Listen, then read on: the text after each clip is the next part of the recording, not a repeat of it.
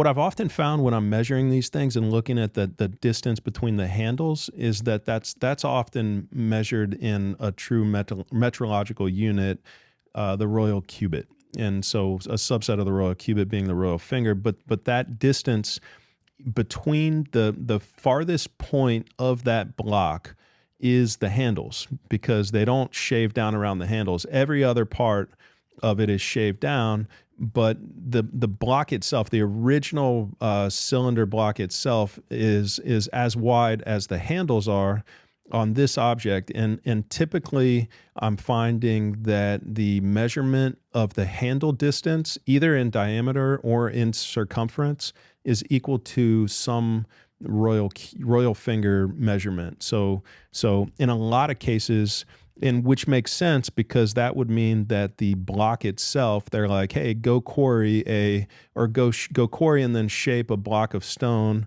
into 13 royal finger circumference. I want my jar to be 13 royal finger circumference. And then they can design it from there with the other measurements. They can say, okay, well, now I want the lip to be a 2 royal finger diameter and the mouth to be a 1 royal finger diameter, and the height to be 6.4 royal fingers. Whatever you want to choose, you can choose that. But it's almost always in the ones that line up to a metrological system, to that metrological system, it's the handles that have that measurement the most often. And I think that's because you're going back to that original block of stone, and they wanted that original block of stone to be a certain size. They were asking for a certain size when they were creating these things in the first place. And that makes 100% sense, because now you get into the functionality side of it. If you have a need for it for whatever, in design, with the mace head, with the bowl, with the vase, you're going to kind of know going into it what you're going to be using it for and what diameter, circumference, whatever that might be. And that's what you can request, and they can start that in the beginning. Yeah, for sure. Yeah, and you can kind of see a bowl start to even form on this one, which was created by AI. This image is, I just asked it to create, I drew a picture on Microsoft Paint and had the various stages. It did a pretty good job. It kind of screwed it up towards, it didn't get my next image after this, but you can kind of see a bowl start to be formed on the bottom. Of course, that would be a flat bottom, and you would need to hollow it out, but I think this example that we have right here in the middle of us is, 3 different diorite jars that very easily, I think it's a good example of how it could have been done. Obviously, these 3 weren't, at one time connected, but I think that it would be very reasonable and easy to assume that, hey, if I'm going to build one of these things, why not get the most out of my money? Why not be able to do 3 for the price of 1? Because I'm already going through all the work of creating the one in the middle anyway. That's really the beauty that I want. So I'm going to get 2 more out of this process and really make the most of my materials.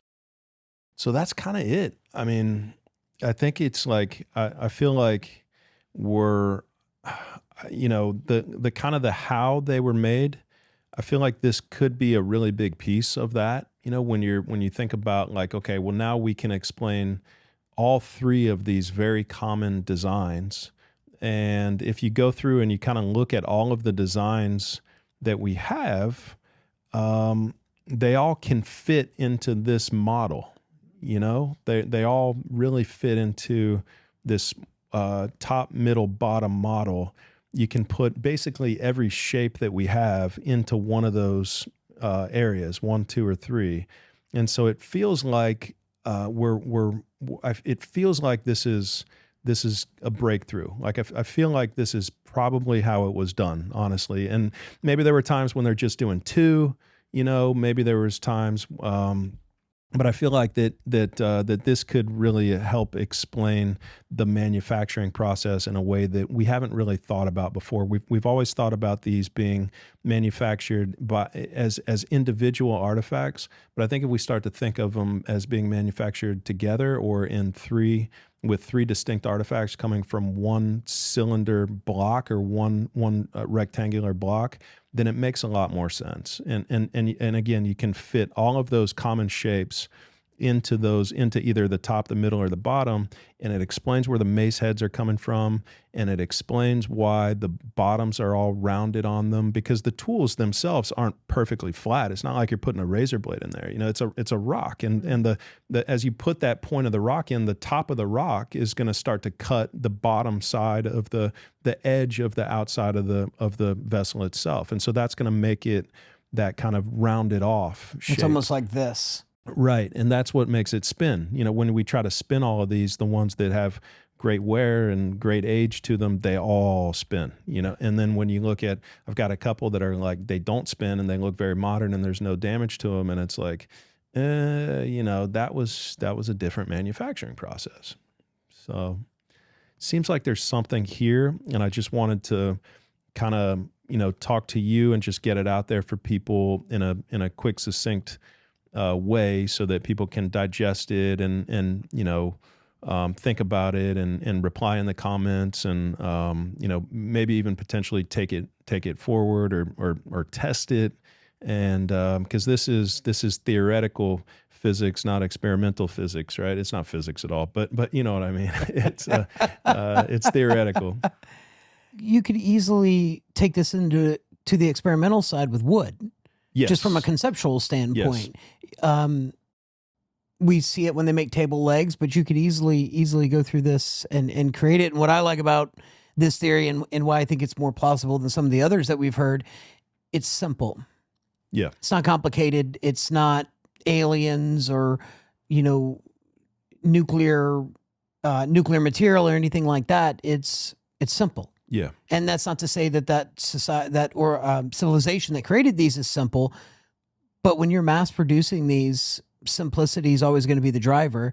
And they found a way to take one square block and turn it into 3 separate artifacts vessels to be used to be distributed out. And again, I think it's the best theory that we've come across so far. I mean, everybody will let us know and hopefully test it out if there's somebody out there that can do that, but by and large, the simplest and most effective theory in the creation of these things. Right. So I was pretty excited about the mace head thing when that clicked, as it potentially being the foot, and maybe they were the foot and they just drilled it afterwards. But then it's like, well, you got the hole on the top, so maybe it's the top. Maybe it was connected to the top, and so. It's like you said, it is simple. All it requires is a lathe, which supposedly wasn't used for these, but clearly was used for these. There's the tool marks on the inside that prove that a lathe was used. So that's really all it requires, is something that is precise enough to cut these in a way that aligns with their level of precision. And I think that the ancients easily could have done that. Now, the ones that are super, super precise, I've got 12 of those out of 85 or 88 or so, so it is the minority as a percentage of the ones that I have anyway. And I guess when you're looking at the Petrie Museum, they didn't have any that were quite that precise. They were in between kind of the that level of precision and a handmade or level of precision. They were more in line with modern machinery that you could buy off of Amazon or eBay. They weren't in line with precision machinery. So those are still a mystery. How were those made? The interesting part about those is that you see the exact same manufacturing process as you do with the rest of them. So it's almost like, they were made with a lathe, of course, but it was just a much, much better lathe. Was that done in modern times? Was it done in ancient times? I mean, that's the question. There's several that I have that are extraordinarily precise that show just as much age and wear as all of the ones in the Petrie Museum. And you can see that and you can feel that on the interior. You can see it with the damage. You can see it. You can just tell when something is aged and weathered versus something that was made 30 or 40 years ago, or even, 2 years ago or whatever. So, but the manufacturing process is the same from the standpoint that on the interior of all the ones at the Petrie Museum, you've got these horizontal tool marks, these horizontal circles that are perfectly round, and the outside is totally polished, and, the bottoms are rounded. And so it's clearly was made the same way. So I think that argues for just an increased maybe it even came first. The better produced artifacts could be the older ones, and then over time they sort of lost it. Maybe they were trying to manufacture them quicker or whatever. But there's different levels. There's different precision levels of the lathes that were used to make the objects, whether it's super precise or 10 to 20 hundredths of an inch, thousandths of an inch. It's still really freaking precise. 10 to 20 thousandths of an inch. I get it. It's not 4 or 5, but it's still really freaking precise. Do you think it's a situation of quantity versus quality? Could be. As you start off, or knockoffs like you see in a lot of handbags and things like that, to where it starts off extremely precise, extremely nice in the very beginning, but as people want more, your standards do fall a little bit in things like that. So as they got to be mass produced, I mean, the best of the best could have just gone to the royalty and the pharaohs and the nobles and the elites and whatnot, and been gifted to them, and we know that they've been found in those tombs. So, and we know that the best of the best went to the elites after they were excavated. In the early part of the 20th century, the 1920s. They went to Russia and China and America. They were sold off to wealthy investors without provenance, without a dig site, and they made their way to the art market.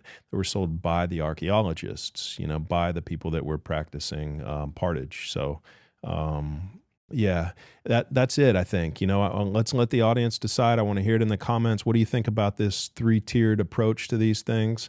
Does it make sense? As I'm going through my collection and looking at them, and then I go onto this Arnold Meyer website, which I want to link for people to go take a look at.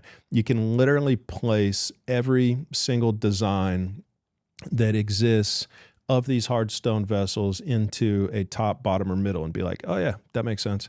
That makes sense for a middle. That makes sense for a base, and then from after the base, you just have like 2 more steps. You just drill it and you hollow the walls and you polish it. So, something to think about, and something that I got excited about after the episode, because it's like, wow, it just seems like, yeah, that just clicked. Like that just makes sense. So I wanted to get it out there for people. Yeah, like I said, I think you often overlook the simple, when you handle these things and when you look at these things, you see the precision in them, you see the age in them, and so your brain automatically goes to, it's got to be a complicated and convoluted process in which these were created. We do that with a lot of things. But I go back to my earlier statement. I think a simple process can be used to make these. And that's what, you and Max's conversation demonstrated, and, your kind of thoughts over the weekend, that, yeah, it can be a simple process and still be precise and still create, these vessels that we see here today with that lathe. Right.